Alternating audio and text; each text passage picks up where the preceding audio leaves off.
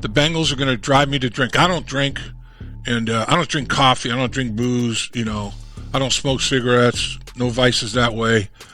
But man, the Bengals, they're going to. I might start chain smoking and drinking fists of bourbon. Man, they're driving me crazy.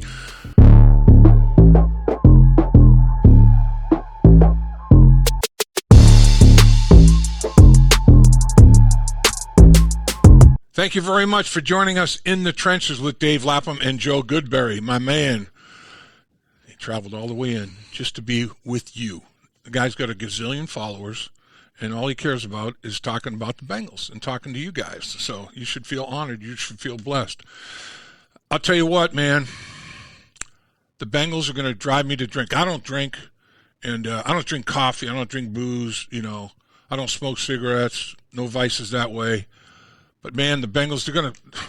I might start chain smoking and drinking fists of bourbon. Man, they're driving me crazy. What do you think, Joe? I know. You're a professional. Your podcast is second to none. It's extraordinary. I know you've become a Bengals fan. You always were a Bengals fan. How disappointed are you? Major. I mean, the hard part is when Burrow went down, I allowed myself to say it's going to be one of those years. Yeah, right? We're going to have a lost season. And then they go and make the trade for Joe Flacco. The offense rebounds, and you're thinking maybe they can make a run at this. Maybe Joe Burrow really could come back this year. And then the last 3 weeks have just been, I don't know how many games you can win with a defense this bad. I don't think we've ever seen a defense this bad in Cincinnati. In fact, numbers-wise, it's the worst in the last 25 years that they've had. It's one of the worst the NFL has seen in the last 25 years. That's the gut punch, I think, is that the offense is still performing. The special teams had a great rebound day today. Yeah. And yet the defense was no answers. I don't know what you could point to and say, that's what we build off on the defensive side. There's nothing working over there. Yeah, I mean, some of their better players, like Trey Hendrickson. I mean, Trey's kind of it's iffy. His future's iffy with the Cincinnati Bengals. How much longer is he going to be a Cincinnati Bengal? That's hard to determine.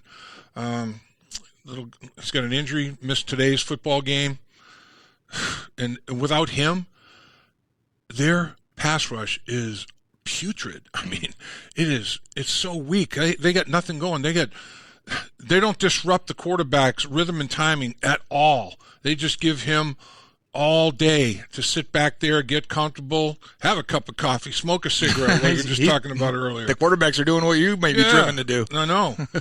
It really is unbelievable. How does the defense turn it around? That is the question I think everyone's asking, probably even the people at Paycor Stadium, right? How do you, if there was one thing, if you could say, you know what, at least we're doing, maybe we're tackling really well. Right. Maybe we're rallying to the ball. Maybe we can get some third down coverages to confuse a quarterback. If you had something to build off of, you would start there. I don't even know where you start. Like, if this was another team, another franchise, I would assume Al Golden would be the scapegoat here. And I hate to even say that phrase because something has to change. Something would have to change. You need to maybe throw the whole thing out and try again over the bye week if you can in a matter of 10 days. Can you flip it around before you got to get back to practice? Right. That's a tough ask and a tough task. I don't know what the solution is. I don't know if they have the right players anymore. I don't know if they've drafted well. Like some of these guys that I thought should be better than they are performing worse. And the only guy really is DJ Turner that I think continues to have a solid season. I'm sure Trey would have been fine had he been healthy. Yeah. But 9 of the other 11 routine players, starters, are not performing at a level that would be acceptable on any defense that's a playoff caliber team. I don't know what you do. I don't know if that means you just go with the axe and just start at the top, or if you just say we got to figure out answers and the season goes and the locker room boils over and the offense loses their minds. How close – you're an offensive player. Yeah. How close would you be to freaking out in that locker room? Yeah, I mean, you're worried about the finger pointing. The next move is, publicly, the offense saying, "Man, our defense sucks." I've never seen anything like this. This is almost, a waste of my time to even play here in Cincinnati. And you wonder, what can they do? What kind of a drastic move can they make? What kind of a trade? What kind of a signing? Off waivers from somebody or off a practice squad. Practice squad. What kind of how much of the needle will move there? I don't know. It's it is disappointing. I will say, though, their biggest issue in my mind, there's a lot of problems. They have more issues than a magazine stand right now, but the biggest one is their tackling stinks. They don't get anybody on the ground. Yards after catch, yards after contact. It's all like the meter's running, man, and they're rolling up like record numbers, like you said. The worst in 25 years for the Cincinnati Bengals by far.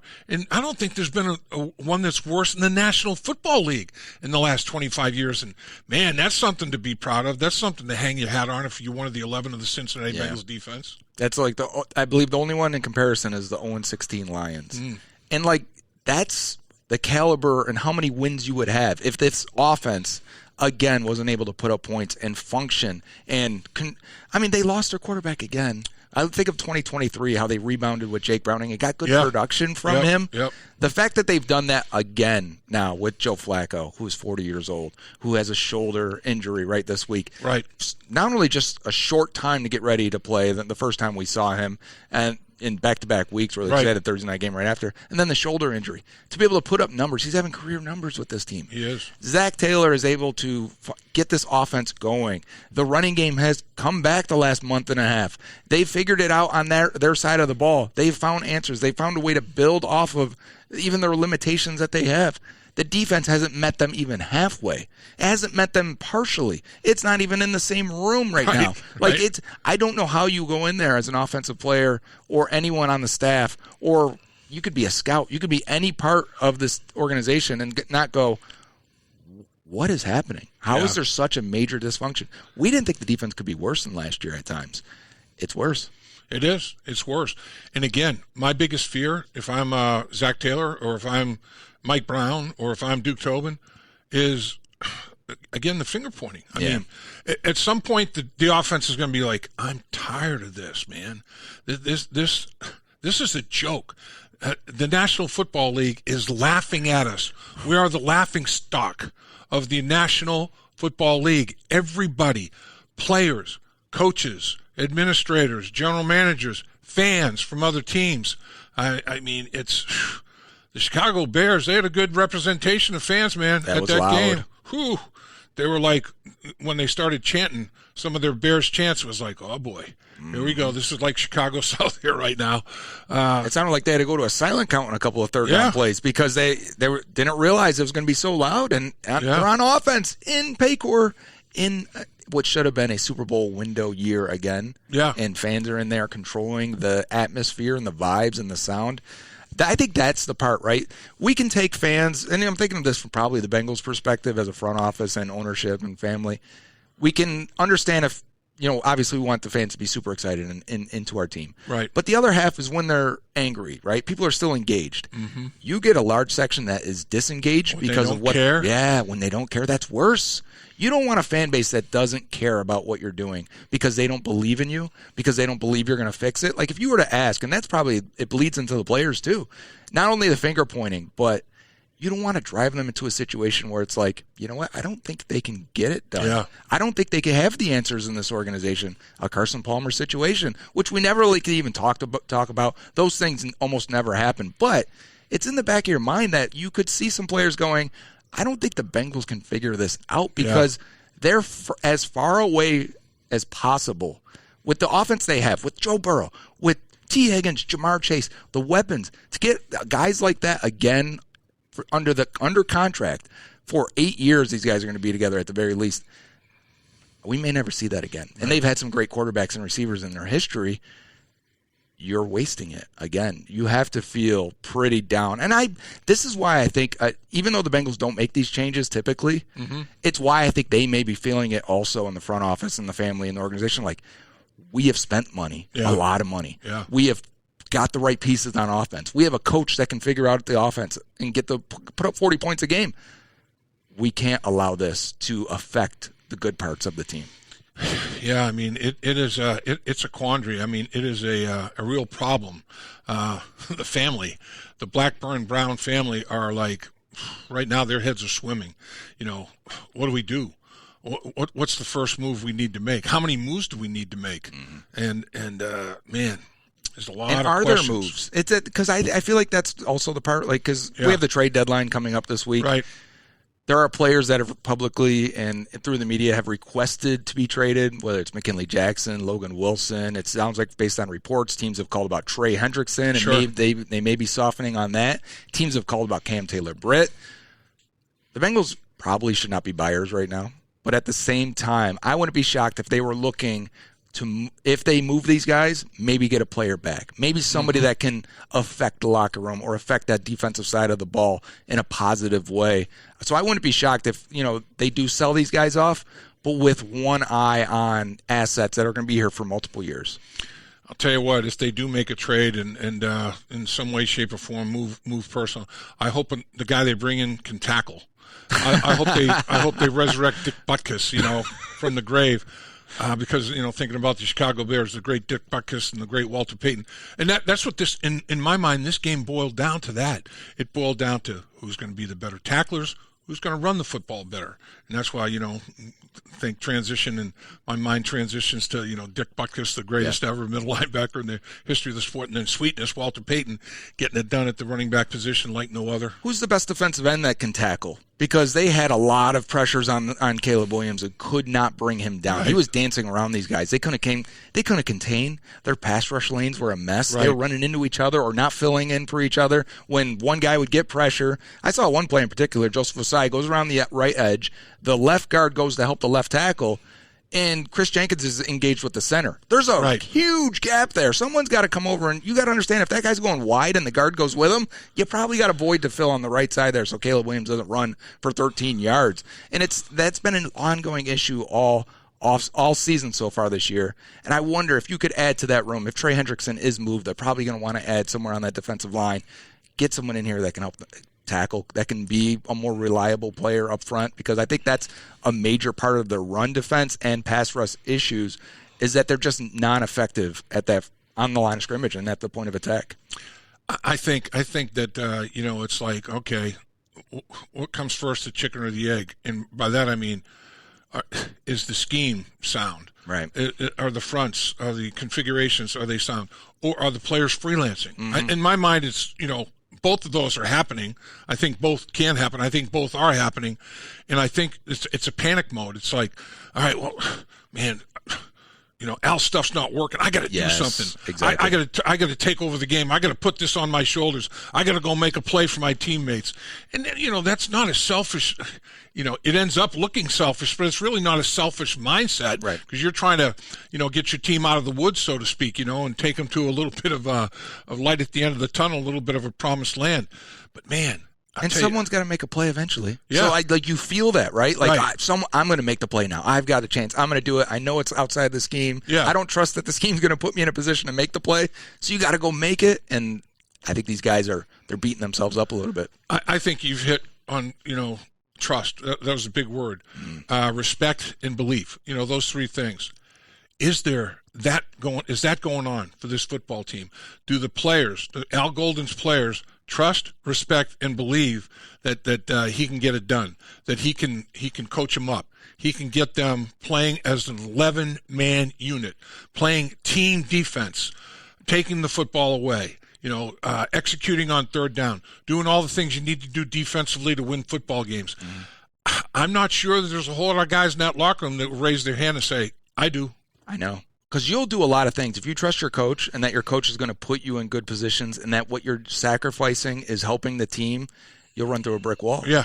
And if you don't believe it, you're not going to do these things. You see that lane open up, that running back's coming in, that safety's coming down, And they're hesitating, Yeah, right? That right. linebacker's Can't hesitating. do that. He's not sure, or does he not trust that his guy next to him has the gap, or does he not believe in the play or the whatever has been installed or whatever's been told them, because they're very hesitant out there. They look soft, and I don't want to call any football players soft, but I mean on the field and at the point of attack, at tackling. I don't mean that they are, literally soft men, but when you go out there and rookie 7th-round running backs are running through your arm tackles, you kind of wonder what's going on. Is it more mental? Because we've seen all of these guys make plays. We've seen them look like athletes in open field, right? And then now it comes time for him to make a play, and the guy looks scared. And this could apply to anyone on that defense. I'm telling you, it's if you get exposed, if you're a young player and you're in space and a good football player, and they're all good football players in the National Football League, and they make you look bad. And they expose you with a big move, a spin move, or make you miss, limp leg, whatever the case may be. Now all of a sudden it's like, man, your natural reaction is go harder, come downhill quicker, lower your pad level faster, and all the things. Instead of, okay, let me just compose myself, let me take a step back, let me say, okay, let me check the boxes of the things that I need to do to get this son of a buck on the ground. This guy's really a good player. He's better in person than he looked like on tape to me. This is but that happens in the league all the time. So yeah, it's defensively, we've seen it on the other end. I think of the Steelers game from Thursday night the other week, where they couldn't cover Jamar, right? Yeah. You saw the reaction of the defensive backs for the Steelers, right? So sometimes it's nice to see the other teams dealing with that as well. And they were like, they're pointing at each other. They're starting to doubt themselves. Are we doing the right thing? Are the play calls correct? Right? Do I have help on the inside? Is that linebacker not getting enough depth? Like, what is going on here? And then they almost don't want to be. You know what it is too? I think of this. I've coached youth football, and kids don't want to get dunked on. Mm-hmm. They don't want to get posterized. They don't want to get mossed. So sometimes they're like hesitant to go up for the ball or go as hard as they should, because they don't want to be the highlight on Twitter. They don't want to be the highlight on YouTube of getting stiff-armed into the ground or whatever it may be.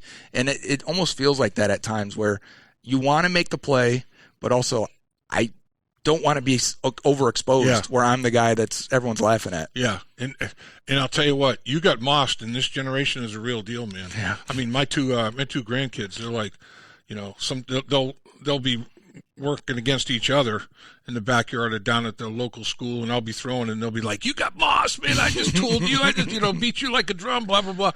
You got mossed is a real deal. Tee Higgins mossed someone today. Oh yeah. That was crazy. He can moss a lot of folks, man. That was a great game out of him. One of his best Bengals games, I think, in his career. And he's been dynamite at home.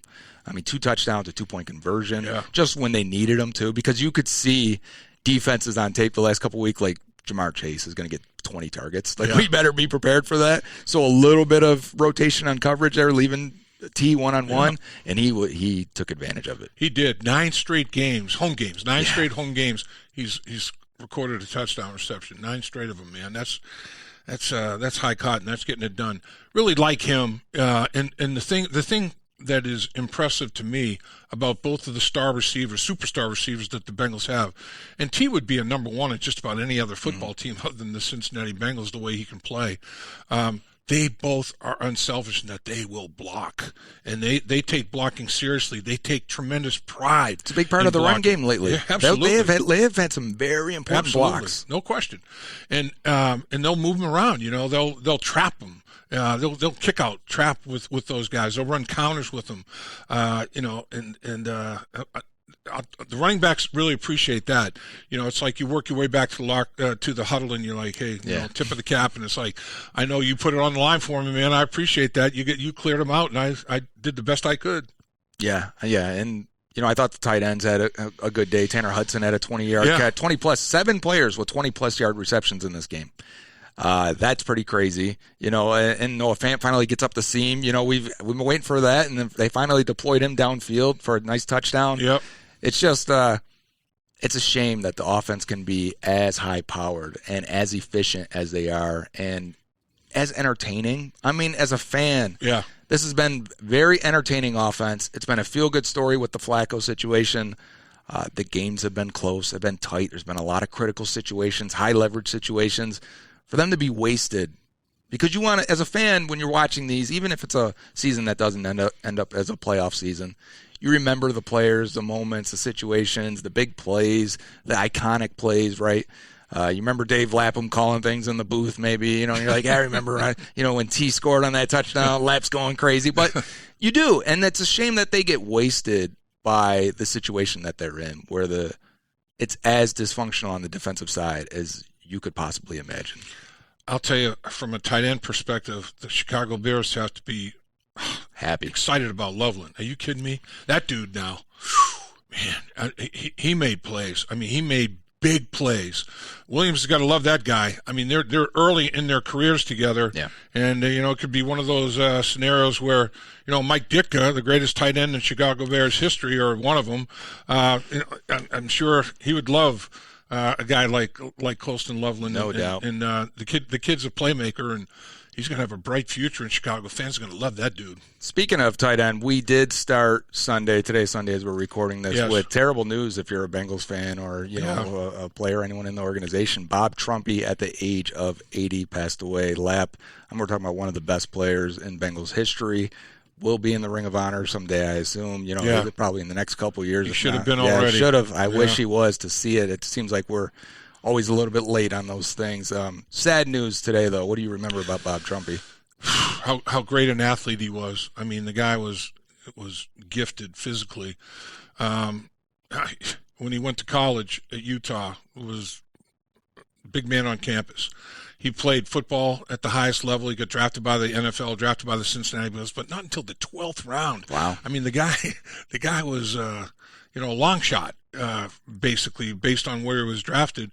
But Paul Brown saw something in him, and he also watched tape of him play basketball at Utah. And PB was like, here's an athlete now. I remember when we would play Bengals basketball, Paul Brown would watch and see how you moved your feet and your lateral quickness and things like that could transfer to the football field in the game of football. And he was very, very vocal about how gifted Bob Trumpy was athletically. Now, Trump drove him crazy in a lot of ways, but I tell you, I feel really, really sad and badly for Pat, his wife, and his two sons. They're struggling right now, and understandably so. Bob Trumpy, the NFL lost a legend, not only legendary football player, but you talk about a broadcaster that at the highest level, man, this dude and the pipes, man. I mean, everybody that gets in the broadcast world would get in line to get a transplant of the larynx and the vocal cords of Bob Trumpy. I mean, that guy, man, he was. Now, he smoked. He probably smoked 4.5 packs a day. He basically cured those bad boys like you cure ham. But he was very intelligent, very, very smart, incredibly funny. I said, Trump, you should go on the road, bro. I mean, you got a stand-up act that's second to none. And I'm going to miss the guy. He was a great friend and hell of a football player. Yeah, and like I said, we'll be a Ring of Honor member for the Bengals. One of their, probably their best tight end of all time, definitely. I mean, I did a top 100 greatest list, and I watched a lot of old players that I didn't get to see as a kid. Bob Trumpy was the one that I was like, oh, look at him get downfield. Look at him go up for the ball. I think he averaged 17.7 yards per catch. I mean, the guy was a downfield weapon. If Greg Cook would have stayed healthy, like would be known league-wide as like a Hall of Famer, because the talent of those two mixed together would have been something that I think we've never seen before. Jack Ham and Jack Lambert, both of them, they were like, Bob Trumpy, I mean, this guy, he's my number one vote for the Pro Bowl at the tight end position every year, because, now you got a great quarterback getting in the football. Yeah. But, Bob Trumpy is a weapon. He is a big play waiting to happen. And when you get that out of the tight end position, when you have other weapons that can hurt you at wide receiver or running back, whatever, and then complement it with, a 6'5+" 235 pound tight end that could run like a deer, run like Trump. He would have been great in today's NFL. Oh, they would have split him out. They'd have him running routes from the slot. He's one of the guys that would have transitioned as a player that can continue to play. Absolutely. He could have played, in the era that he played. Yep. And an original Bengal was in the first draft class, or in today's football, and that says a lot. That says a lot about the guy's versatility and his athleticism. Yeah, no doubt. And it's a sad day for Bengals fans, but also, it kind of should have warned us what we were going to see on Sunday a little bit, where, it's just walking away from that stadium. Just can't believe 2 weeks in a row losing games the way they did, that they should have won. Had they have won, the situation, because I can't not look at it and look at, here you are right here.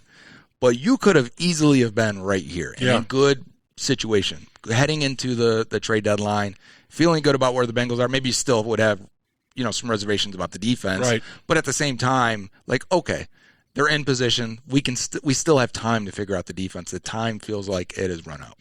You look at the last 2 weeks with Joe Flacco giving you an opportunity at the quarterback position to go win a football game. There's 2 victories that they let slip away. They let get, just beyond their grasp as they try to reach and accumulate and grab for that victory. And it's too bad because they're running out of games. I mean, the season's halfway over.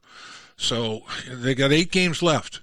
And I'm not saying the season's over. I'm not saying they can't turn the worm, but I'm saying they better get going. They damn straight better turn it around quickly, because every game that you let slip by, it's going to make it more and more difficult a task. No doubt. And I think the other part is the players individually, right? You don't want to get caught in a lost season. You don't want to get caught in the worst defense of all time. Yeah.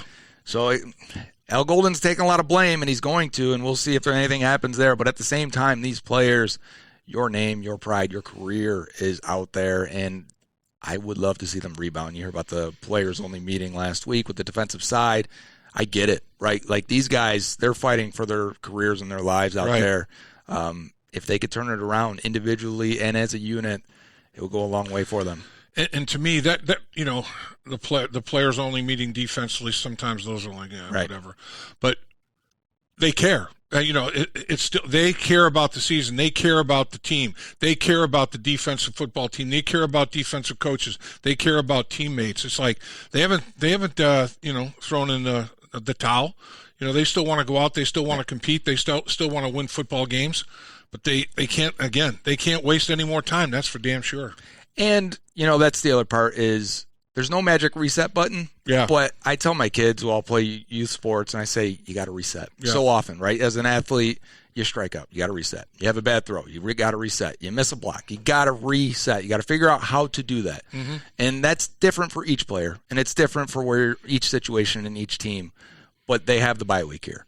If you can figure out a way to hit that button, play something differently, come out with different intensity, different emotion, different preparation, whatever that is, whatever the magic secret sauce is this time, because it's different for every team and every player. It's not too late for them, I would tell them. No, I agree. You can figure it out. I agree, and that's the thing. I remember being on teams that lost a bunch of games in a row, and it's like, all right, we got to change something. We got to do something, whether it's how we practice, when we practice. Yeah. The intensity level of the practices, even let's go through the whole day, and we show the whole season. You go into OTAs in the off season, and then you go into training camp, and then you go into the regular season. Are we doing things the right way? Are we preparing to do battle at the highest level we possibly can? If we're not, shame on us, because the season's too short and your careers are too short. Yeah. Yeah. I want to see where they go from here. Yeah. I'm curious because you're at rock bottom. They've been challenged. Yeah. You're backed into a corner. You've probably been knocked down a couple of times and they've counted to 9, right? Yeah, right. You're standing up at 9, but you don't have too many more hits left in you. But, if you can make a comeback story, if you can figure it out from here, I think as part of fan base, as a sports enjoyer, you like to see hard situations. You like being down 2 scores with 2 minutes left, and somehow they get the onside kick and come back. Those are fun moments. So the defense is down, and can they rebound? Can they figure it out? Can they get back? That's what we will be watching for.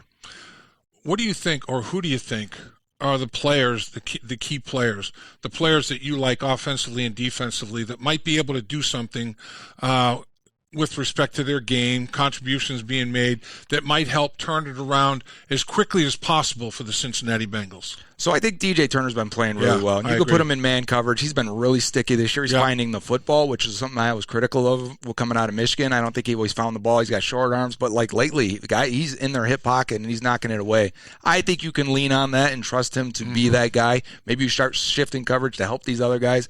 I think they could be more versatile with Dax Hill. And I thought they had a couple run blitzes called and then running away from him on those. And I was like, I really want to see him get these opportunities. He was coming now. Yeah, and I think he could be a souped-up Mike Hilton, a bigger, longer, faster Mike Hilton. You can do a lot of things with that. I think they've had to cut it down because they didn't trust who the cornerback 3 was. But now if Cam's going to rebound, and it looks like he has the last 2 weeks for the most part, maybe he's not going to be that guy you thought he was going to be early in his career. But Cam Taylor-Britt, if you can get him right, if he's still on the roster by the time we reconvene in week 11, but if he is, maybe that frees up Dax to do a little bit more. I still think there's a lot of hope with Knight and Carter. They're young. Linebacker is a tough position to hit the ground on for rookies. It's much different than it was back in the day. I used to feel like the overwhelming favorites for defensive player of the rookie defensive player of the year would be a linebacker. Now those guys almost never win it. It's a tough transition from college to NFL. There's reason to believe they will get better with more reps and as they go. And on the front, you've got a lot of guys that you've spent a lot of resources and draft picks in. There's reason to believe they can be better. I don't know. I think mostly it's throw out the pass rush plan, stop the stunts and blitzes. They're too late. They're too slow. Their path to the quarterback is just not affecting them. I saw one today. They had 3 rushers out there. It was a nickel package. It was Osai. I think Stewart was inside and Murphy was at the one end. And they sent Demetrius Knight as the 4th guy. They put Demetrius Knight on the line a lot and rotated over under defenses. And I don't think he's cut out for that. So you're kind of putting him in a situation where I don't think that's best for him. Go to a 5-2 front if you have to, if you want to get heavy on the defensive line. So there's changes they can make. There's answers out there. Whether or not they want to stick with what they're doing and see it through, I think you can help these guys out a little bit more. As a former offensive lineman in the NFL for 10 years, I just think right now their biggest – they have issues. They have multiple issues. I mean, they have more issues than a magazine stand, as I said before. It's like they got some problems to fix. But I think the biggest ones are at the line of scrimmage. Yes. And, I know I'm old school, and I know I played in the offensive line, but, man, if you are not cutting the mustard, if you're not getting it done on a snap-by-snap basis at the point of attack, at the line of scrimmage, line up. There's a neutral zone, but you're going to line up, onside. Don't line up offside. No stupid penalties like alignment problems like they had this past game. But get after each other and on a snap by snap basis. When I watch offensive and defensive line play of the opponent, the Cincinnati Bengals, the Bengals are being pushed more so than the opponent. I mean, they are losing the line of scrimmage too frequently. Would you agree? Completely. I think there was a particular play. It was 4th and 1, about at the 20 going in for the Bears. Shamar Stewart was late getting on the field. Yeah. They kicked him inside almost like, a 4-eye position, and he just got mauled into the inside. And the ends have not kept contained very well in the run game. And it looks like they want them to dive inside and have the linebacker come out, but they're getting kicked out too wide. It's leaving these big gaps. So I think it's more of what they're asking them to do. But I agree. I think they come off the ball a little slow, a little high. I would try anything to get a better mix in there. If even McKinley Jackson, who would love to play and has been inactive, he was active this week, did not get any snaps. Anyone that can fire off that ball for me, I don't even care if they're going in the wrong direction. Right. We need chaos. Someone's got to be able to penetrate. When's the last time they had a tackle for a loss from a defensive lineman on a run play? That's a good point. You don't see it anymore because they're not getting upfield. And then if they're two-gapping, they're getting washed down completely. They're ineffective in a lot of ways. Yeah, and I tell you, watching the defensive line, I mean, I think panic is almost setting in. It's like, all right, we got handled on that snap, so now I got to freelance. This isn't working. What they're asking me to do, this isn't happening for me. Yeah. I got to go out and do what I know I've done to accentuate how I can play the game back like I did in high school and college and go make plays and show people, he's still a guy, he's still a playmaker. And, man, you do that and you're undisciplined. And that's, I think tackling and lack of discipline are 2 things that have really hurt the Cincinnati Bengals defensively in these in the last couple of weeks anyway. Yeah, I would agree with that completely. And that's That sounds like everything on defense, Yeah. right? If you're not undisciplined, if you're going rogue, if you're not trusting the guy next to you, and then you're not willing to come up and make a tackle or can't make the tackle when you do come into the hole. Barrett Carter had one, I think, on the Britton Brown run up the middle. He jumps in, fills the hole great, and then just whiffs completely, which has been a thing the last couple of weeks with the linebackers. But that's step one, right? If you can't hold the point of attack, if you're not willing to tackle or can't tackle, I don't know what you do on defense. And I think every defensive coach would say that. If we can't get that done, and you could be a bad defense with a bad scheme that can't draw up third down blitzes, right? But if we are physical, if we play next to each other and do everything we're supposed to do, and we tackle and gang tackle and rally to it, you can at least be a semi-successful defense. I guess my question is, with all that we've talked about, and we've hit a bunch of things, a bunch of different stuff, and all pertinent, all real issues. What do you think Zach Taylor's thinking right now? What do you think he's going to do with his coaching staff? Do you think they're going to have a meeting, and it's like, all right, give me ideas, everybody, raise your hand, come up with give me what you think needs to be done to help turn this football team around to play at the level that we feel like that these guys can play at. We drafted them. We're responsible for it. We felt like they were good football players. It's up to us to turn them into good football players, to develop them now that they've been drafted. Draft them and develop them. That was a great Paul Brownism. It doesn't do me any good if I draft you and then it's on me. I got to develop you. I got to make you a good football player. Do you think the guys that they've got are made of the right stuff for that? Some of them, as you know, I do take the draft seriously. I try to watch the film and look at the production, the data, the athletic testing, try to find markers that would say this guy has high upside or is worth developing. When they drafted Shamar Stewart and Demetrius Knight, I was like, I wasn't really high on them, and we haven't gotten the positive production so far. I wasn't high on Miles Murphy. I wasn't high on Chris Jenkins or McKinley Jackson. I remember that night when we were doing the First Star Logistics draft party and they took McKinley Jackson, Jermaine Burton. And I was just like, I think it's unnecessary risks. You don't have to do that. So my answer would be completely different than what Zach Taylor in that room would say. They would say they got the right guys and we need all chips are down. Everything's on the table. What are the answers? What haven't we tried? What have we tried that works? What can we do? What can't we do? Because I assume Zach has to have a meeting with Mike Brown at some point during the week of what is the plan. Oh, absolutely. The plan can't be nothing. The plan can't be we hope to be better. Right. There has to be an actionable plan laid out. No question. I don't know what that is, though. Yeah. If I did, I'd be in the room, but I have no idea. I just kind of keep coming back to Joe Flacco, the 18-year veteran. Maybe he needs to be the one to step up and say, all right, we're going to have a team meeting and we're going to air everything out. If you've got problems, concerns, or whatever, you throw it out there and let's see if we can address them and solve these problems. And I don't know, maybe at that point you bring the coaches in later after you have the players only meeting, and later on that morning, half an hour into it, you bring the coaches in to air out their dirty laundry as well, and let it all hang out. I don't know. I know that's a sign of desperation, but man, you got to do something, don't you? Yeah, you do have to do something, and I assume they will. I assume that like I said throughout the show, I think from the top down, they're feeling the pressure right now. They don't want what we saw in the stadium in terms of the fans being Chicago fans throughout the stadium, loud. They don't want that. They don't. Coaches are playing for their jobs. I think even there's probably fire for the first time, a little bit of heat under Duke Tobin's seat because you've drafted these guys. You're in charge of player acquisition, right, and scouting these guys and making sure you pick the right guys. It's one of the reasons why I believe they let Lou go is because, hey, I drafted these guys. You're not playing them. Right. They should be better. Well, now they're all playing, and it's somehow worse. You have to question those. So I think everybody is feeling the pressure. The offense clearly is because they have to be perfect. The defense clearly is because of, they've been terrible. The coaches from both sides and up to Zach Taylor, everything is under the microscope right now, which is why I'll keep watching, which is why I keep doing Bengals on the Brain, and the pre and post game show and First Star Logistics on the YouTube media page, and why Dave Lapham in the trenches is a must listen and must watch because I think if someone's going to mention something or have an answer, you're probably the guy for it. Yeah, I appreciate that.